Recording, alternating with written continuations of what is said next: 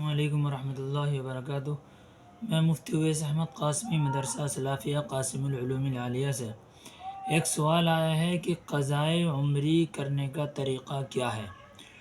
تو اس کا جواب یہ ہے کہ قضائے عمری کا طریقہ ایک تو یہ ہے کہ جتنی نمازیں متعینہ طور پر آپ کی چھوٹ گئی ہیں یا جتنی دن کی نمازیں متعینہ چھوٹ گئی ہیں، یعنی معلوم ہے کہ نماز کی تعداد کتنی ہے، اس کی قضا کریں۔ لیکن اگر معلوم نہیں ہے کتنی نمازیں چھوٹی ہیں تو ایک اندازہ لگائیں کہ بالغ ہونے کے بعد سے کتنی عمر ہو گئی، اس میں سے اندازے کے حساب سے جتنے سال کی نمازیں چھوٹ گئی ہوں ان کو ایک کاپی میں لکھ لیں، اور ہر دن آسان طریقہ یہ ہے کہ ہر نماز کے وقت میں ایک نماز قضا کر لیں، اور یہ نیت کریں کہ مثلا فجر کی نماز آپ پڑھ رہے ہیں قضا، تو یہ کریں کہ جو فجر کی نماز آپ کی قضا میں سب سے پہلی قضا ہوئی تھی اس کو قضا کر رہے ہیں، اس کو پڑھ رہے ہیں۔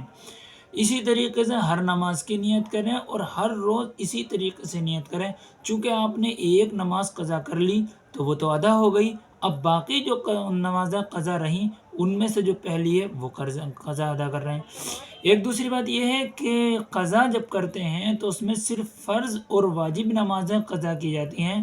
مثلا فجر میں صرف 2 رکعت قضا کرنی ہوں گی، ظہر میں 4 رکعت، عصر میں 4 رکعت، مغرب میں 3 رکعت، اور عشاء میں 4 فرض اور 3 وتر کی قضا کرنی ہوگی۔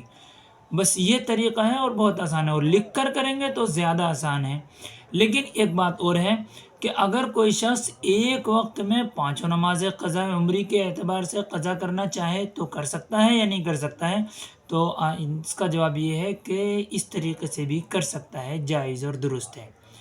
اللہ رب العزت ہمیں عمل کرنے کی توفیق عطا فرمائے۔ السلام علیکم ورحمۃ اللہ۔